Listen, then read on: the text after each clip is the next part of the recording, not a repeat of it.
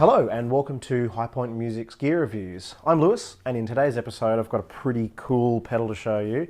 It's the Mercury 7 from Meris. It's a multifunction reverb. It's got a cathedral and a plate reverb in there, a bunch of options to run it with guitars or synths, and a lot of control under the hood to really tune it to what you want to sound like.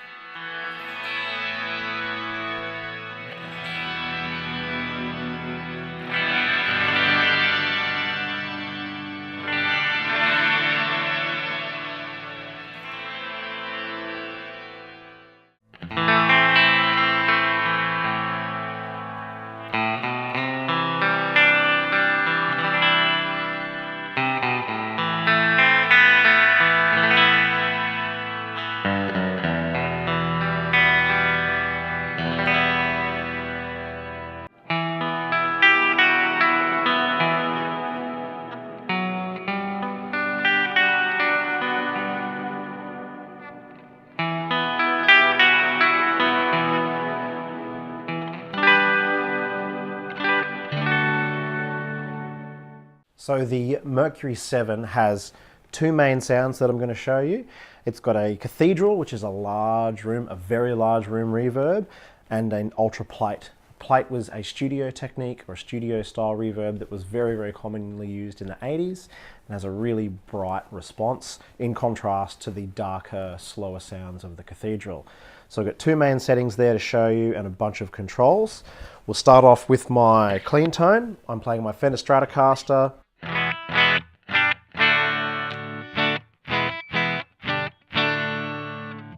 Into the two notes La Clean.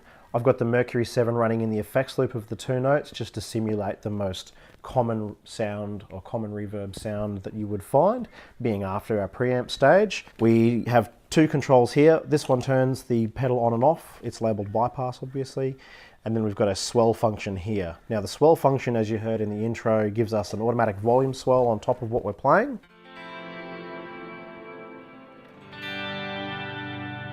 So you can do some cool volume swells. So the secondary function of this second foot switch is an infinite sustain mode, where it'll hold what you're playing and let that ring out. So you can go open chord, hold that down, and you can hear those harmonics and that reverb sound now decaying much longer than they would naturally.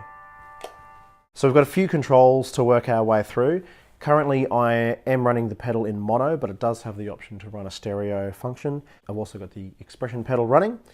At the moment I'm in the cathedral mode, and we've got our time control here, which is labeled space decay. So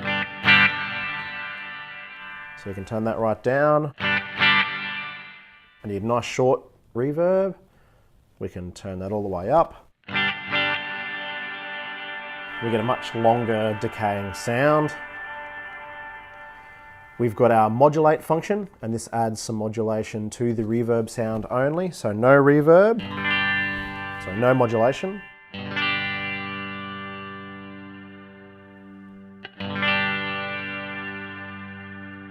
Full.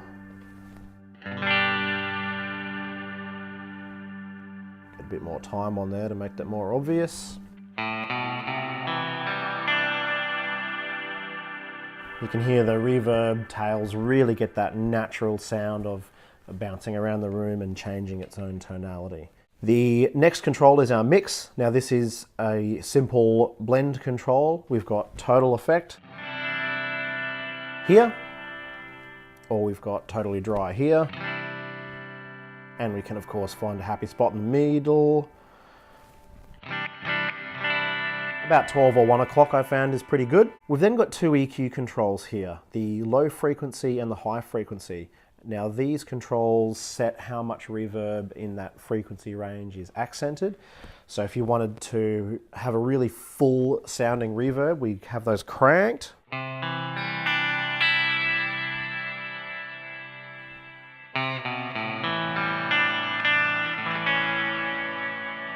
We can change that response by dialing the treble right down.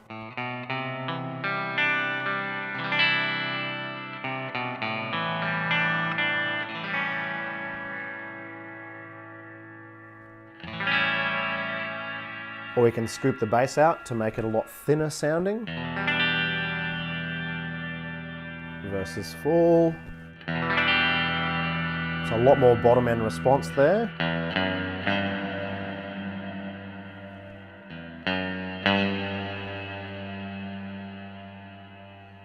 And of course, in the other modes that we have available, some of those sounds are a little bit more obvious, but a really cool way to increase your clarity by taking a little bit of bass out and reducing some of that high frequency sound. If you want a more decayed like a tonality, you can really shape it nicely with those two controls. The next one is kind of our mode function.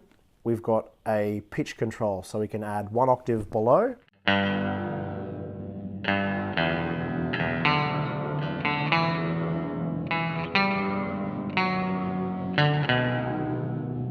Pretty haunting kind of lead sounds.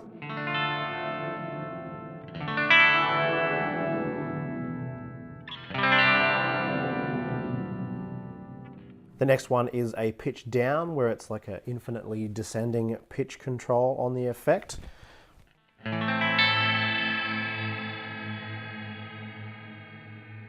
Almost as though a record player is slowing down, which I think is pretty cool. As we pointed out before, you get some really haunting tones.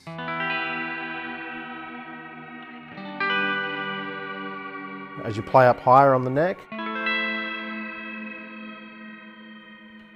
And by comparison, we've got a pitch up function, which is a similar style, but obviously ascending rather than descending.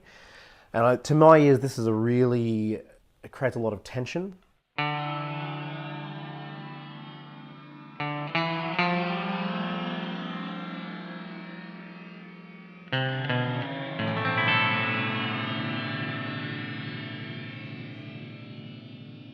Yeah, subtle use of that is probably going to be the most musical per se.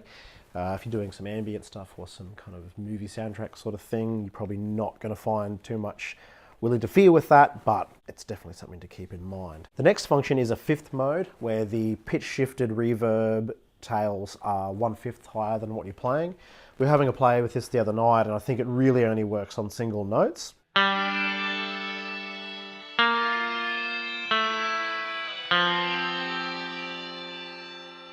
Because once you get to chords, it becomes a bit too much. It's fighting to find the pitch there. And if you try to play anything more complicated than a major or a minor,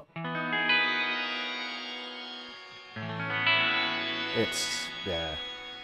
So definitely the lead lines. And you can probably help it out a little bit more by sticking to certain scales. The last mode is a shimmer mode. This is a very popular reverb sound of recent times. There are a lot of effects that now add it. It is basically the same pitch shifted option as we have in the other modes, except it's more of an octave up. So we get a bit of this, which I would definitely use the high frequency to control.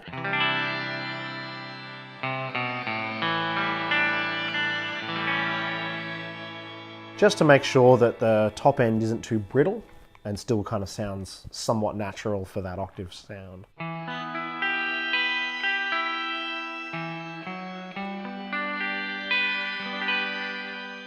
So the other mode that the pedal has is the plate sounds. Again, a lot faster attack and a much brighter response. Dial a bit more of that in, some more of that high frequency in to hear that sound. I'll take the pitch factor off.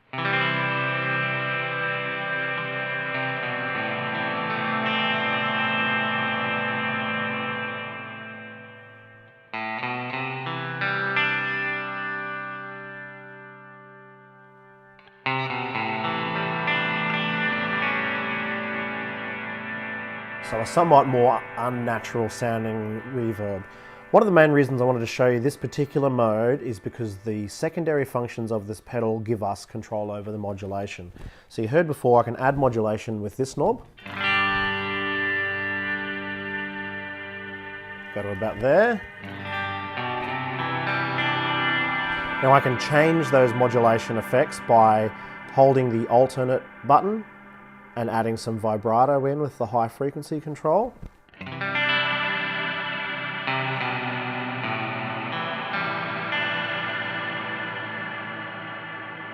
Which is pretty cool. I can change the attack time by controlling this pitch vector.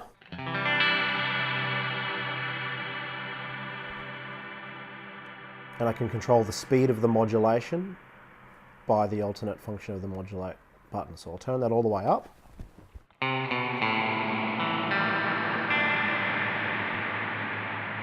It's quite fast. Let's make it a bit slower.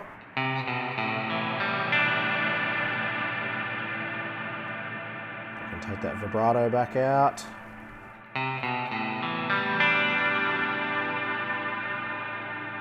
But you still get a great amount of control over that modulation sound, and that's probably my favorite feature of the pedal. I like a modulated reverb, particularly a modulated plate, and not being able to control all of the modulation functions on other pedals has left me a little bit lacking or wanting for more. So those controls, in addition to what you can do with the pedal normally, are pretty amazing. So the other functions you have on the controls, we can set a pre-delay, which puts a delay between your dry tone and when the reverb comes in. A great way of making your guitar lines really clear or adding that little bit of slapback to your sound. When you're actually listening to reverb at your guitar amp, the sound has to leave your guitar amp, get to the reflective surface and come back to you. So it's a very natural sound to add some pre-delay, which, as I mentioned, is the alternate function of the time control. We've also got the ability to control some of the other functions in the other knobs. I'm not going to go too much into the other alternate functions here, but I will put them into the blog, so make sure you check that out and have a read to find out what they do and how they could be useful for your playing of this pedal. The other really good function I find is an expression pedal. Now, the expression pedal mode on the Mercury 7 is quite simple. You put your heel down, like I have now. You set your reverb sounds to whatever you want to make them. Let's go for something really thin and light kind of sounding. I don't want any modulation. I don't want any pitch.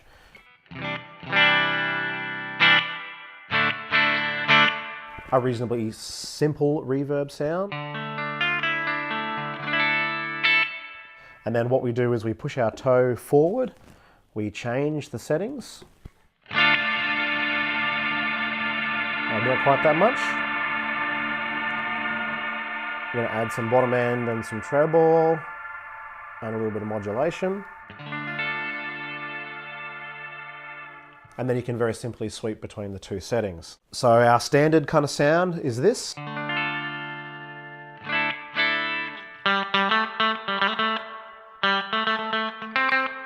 And as I push that pedal forward, it'll start to bring in a more over-the-top sounding reverb.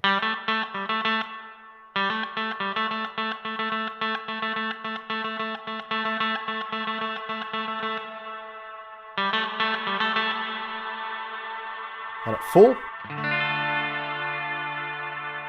compared to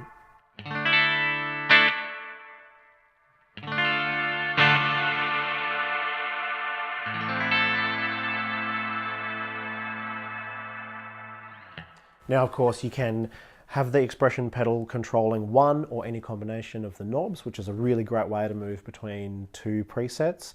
You do have the ability to have presets with the Mercury 7 via an external MIDI controller. You can have up to 16 saved presets. There's also a Mercury 7 4-button preset you can use to just get basic 4 sounds, which is a really good function because most MIDI switches these days have the ability to send messages and control those internal presets on here. I would like to see a preset function on the pedal, but it's a great size. So I probably wouldn't want this any bigger when you can get so easily those other memories activated via an external foot switch or a MIDI control system. You can run the unit at line level. It was originally designed to be used as a modular synth system. So it's got a TRS insert for people running any stereo or balanced signals, and it has the ability to run a line level output, as well as running out in stereo. It has both a left and a right connection there.